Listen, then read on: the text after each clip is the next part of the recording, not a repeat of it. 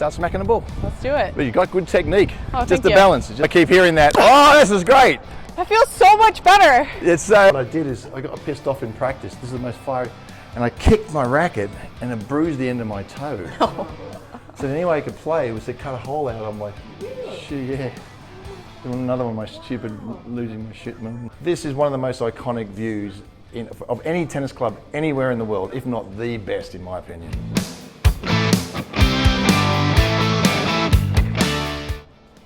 This is pretty cool.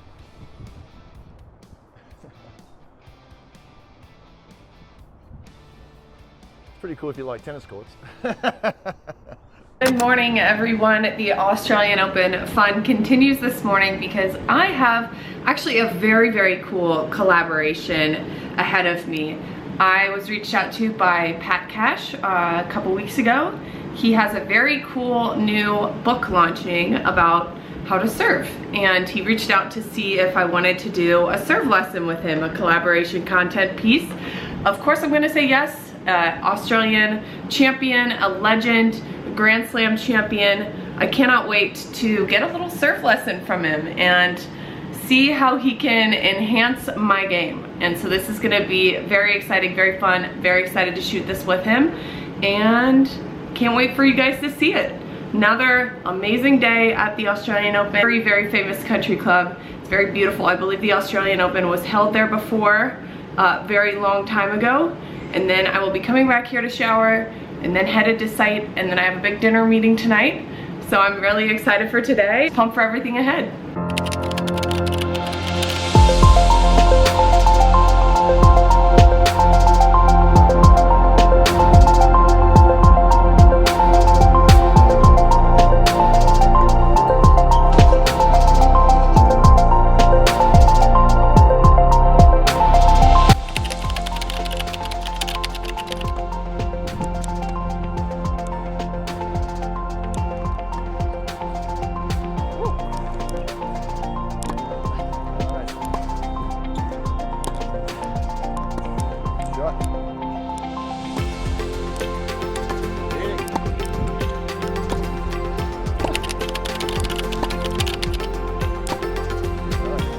I would say a bit in the forehand, just focus on being more open stance.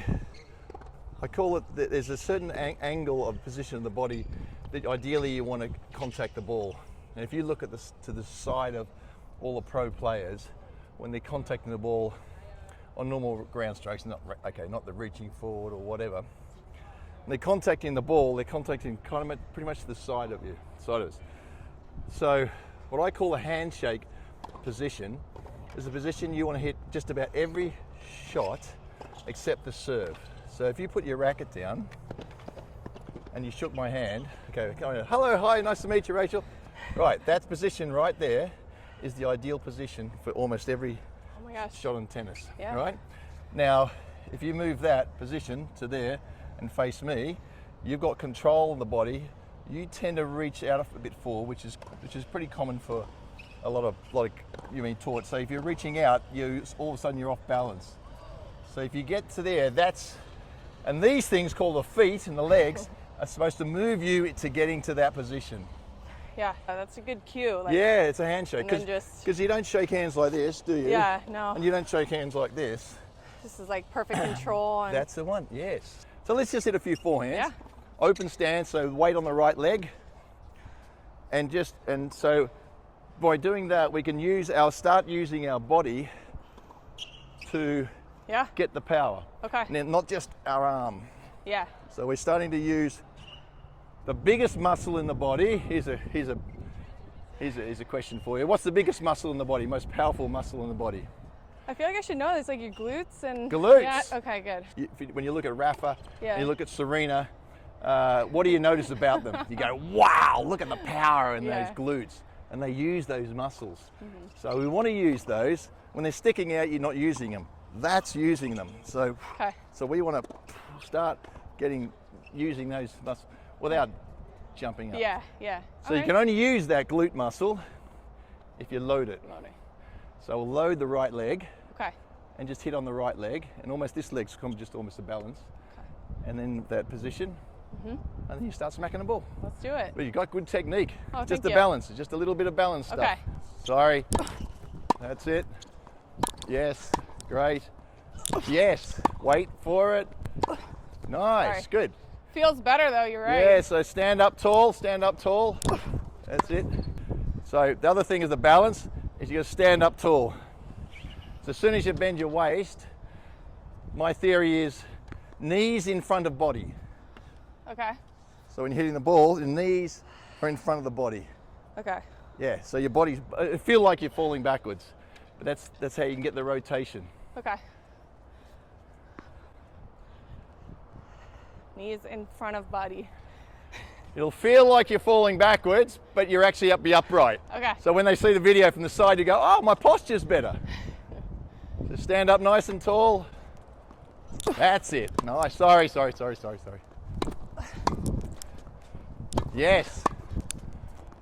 Yes. No, you're getting it. Good. Wait for it. Wait. Use your butt. Right leg. Sorry. Right leg. Yes, that's it. And then you rotate. Yeah. Feels like less effort, Exactly. which feels good. Exactly. Using the biggest muscles in your body, they can, that can work as opposed to straining. Okay. You're doing good. Good hitting though. Great hitting. That's it. Nice. That was perfect. Sorry, that's a tough one. Load the right leg. Right. That's a bit better. Yeah. Nice. Woo, that's about killed me, that one. Dude, where were you 10 years ago? Well, I keep hearing that. Oh, this is great. That feels so much better. It's perfect. You got it. Now you just need to practice for about 10 years. Couple more. Yep. Yes. Oi, good hit. Yes. Stay on that right leg. Stay on it. Yes. There you go. Stay on it. That was leaning forward a bit. Stand up. Yes. Stay on it. Yes. Great. Nice. Yeah. A nice swing. That one could use some unfunking. That's all right. We just warm up. I just want to get an idea of. So we just got to get the ball toss in the right spot. It's a little all over the place right now. Yeah, and ball toss, it's quite tough because you're using a non-dominant hand to try and get something in an exact perfect spot.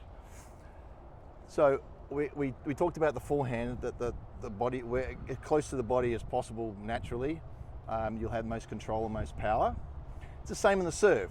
So if we are reaching right out and right to the side, we're losing power and control there. So we want to bring the ball as close as we possibly can, so we got the power and control without it being, cramped. Yeah. I mean, old guys like me, we don't tend to stretch up, so we tend to get a bit cramped. So this arm close to the ear kind of thing? Yeah, so we need to get the ball toss there, first of all. Yeah. So you're a bit more advanced, but since you're struggling with your ball toss, what I would suggest to do is just practice throwing the ball on your head. Oh, really? Yeah. So we want to throw the ball right on our head. Just to get going. I don't know if I like this one. Just to get going. You don't gonna mess up the hair. Well, on your headband. You can look. Okay. There you go. Whoop, missed that one. So that's just to get the feel of where we're. Oh, nice. Okay, you're getting the idea. Yeah. Keep going around. Yes. That would have been perfect. Yes. Yeah. So that's kind of where we want to contact the ball, is above our head. Mm-hmm. Slightly more advanced version, which you'll be very quickly because you're a good player, would be to incorporate the rotation. We need rotation to get power. Yeah. That's how you get power. It's, with the forehand we rotate. We need the rotation to get the power. So the first bit of rotation we have as a tennis player is our stance. So this is no rotation, right? Mm-hmm. Straight away we have rotation. Yeah. So that's the way we stand. So we've already got a bit of rotation. We need to continue that rotation because the lower body's rotated now. Now we need to get the upper body to rotate. So that's right, the ball toss goes up and around. You contact the ball above your head, but if you had to let the ball drop, the ball would land about here. Is this for a kick serve or even Every serve. Really? Yeah. Every really? serve. This is where people get confused. Yeah. Now the kick serve would probably go, the ball toss would Like probably go even more. there. The flat serve would be there, land there, and the slice serve From would where probably land there. where I'm standing right now. That's Yeah. where it would. So it goes forward slightly, but Okay. it's always going across. But we don't let the ball drop there, but it's a good practice idea. It's a good visual to say, okay, what if I can throw it? So throw the, if you see if you can throw the ball. Okay. Nice! Oi, good. Very good. Oops. Yeah, well, Too much. yeah, no, it's not easy. Even the best players in the world have struggled with this. Good, that's a bit straight. Yeah. Oh man. So now we're just doing. I feel like I've got no control. Yes, you don't, because only because you're doing too much movement. Okay.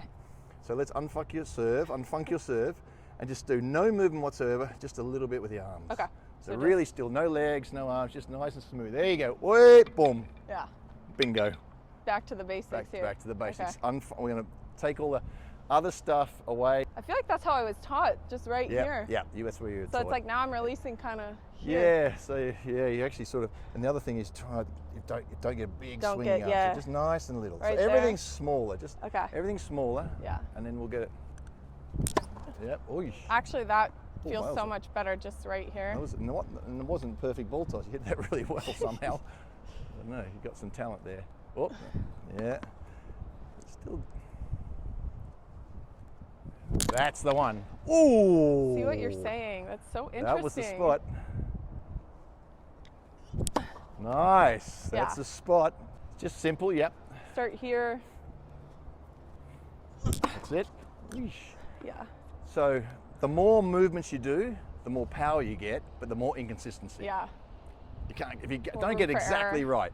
So the really amazing servers are Ben Shelton's and these guys, So good. Sam Groff, they got so much movement and somehow they're able to get it all exactly right and just goes, wow. Was Sam the one that hit it like 162? Yeah, Wasn't that him, yeah. like fastest serve ever Yeah, recorded? yeah.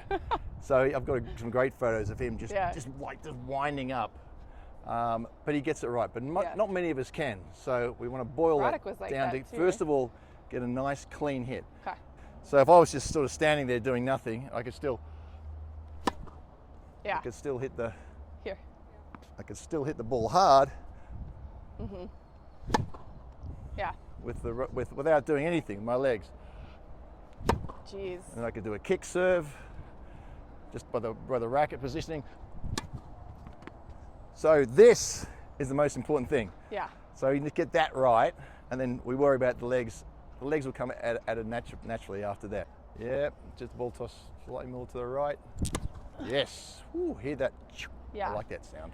Nice. Comes off the racket. Nice. Just rip a couple. With the legs? Yeah, All with right. the legs, but try let's it. see how many legs without going crazy Yeah, on the I know. I legs. feel like I'm gonna like whiff. Yeah. No, go for it. All right. Oops. That's pretty close to being Yeah. right. Yeah, I know. It I'm feels just like, not used to not it. used to it. That's all right. That's all right. Nice. That feels so much better.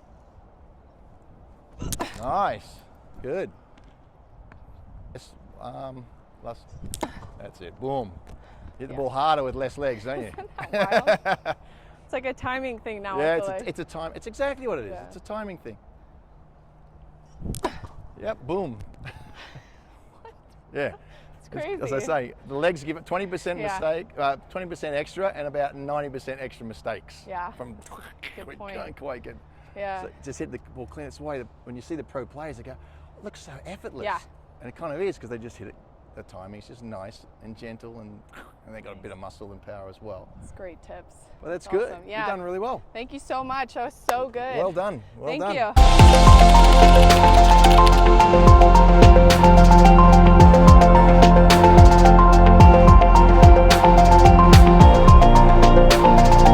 See what I did is I got pissed off in practice. This is the most fiery, and I kicked my racket and it bruised the end of my toe. So the only way I could play was to cut a hole out on my shoe. Yeah. Doing another one of my stupid losing my shit moments. This is one of the most iconic views of any tennis club anywhere in the world, if not the best in my opinion.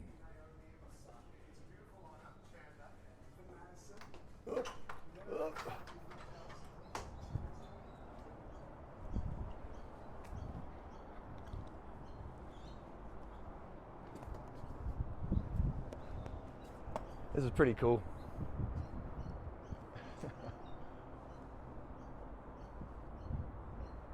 It's pretty cool if you like tennis courts. So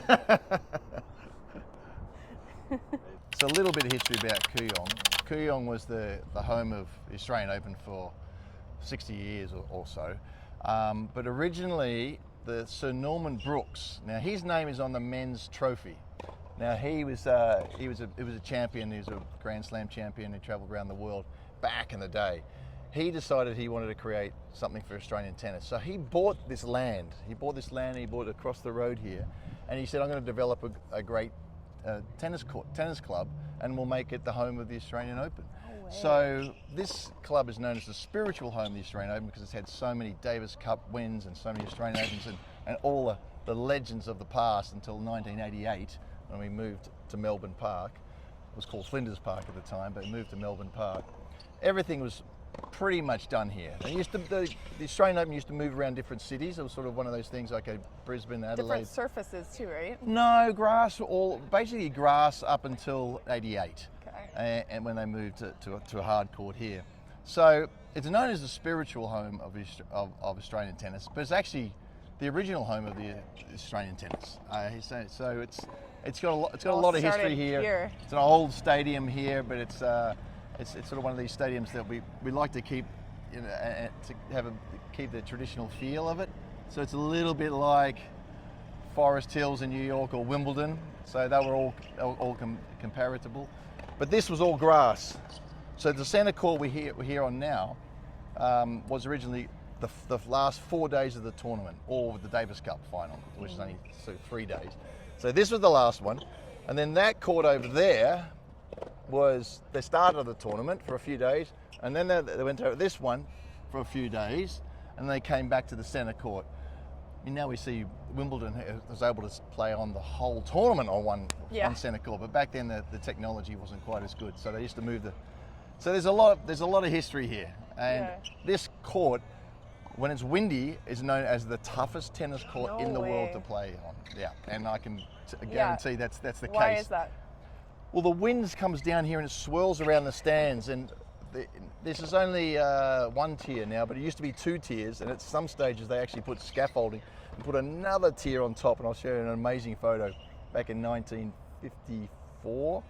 I don't know what scaffolding was like in 1954, but they used to have people right up the top here before that clubhouse. This clubhouse is quite new, but and the wind used to come swirling in. And it swirls in the doors here as well. So there's the gate where all the players come through, and the rollers and whatever. The wind would come swirling through right through here, and then go out that door there or this one. And so you'd come up to this area here and have a nice, easy put-away shot, and the ball would just come at you like this, and then go like that. So you see old footage of players missing the easiest volleys. And you go, oh, how did they miss that? And the ball just went whoa, like that. So that's awesome. It's not windy today, thank God, because we can work on our serves without too much trouble. Yeah, thank goodness. So. And special place for you. You also had your first tennis lesson here. Yeah, that's right. My first tennis lesson, my first national, my first state junior title here. No way.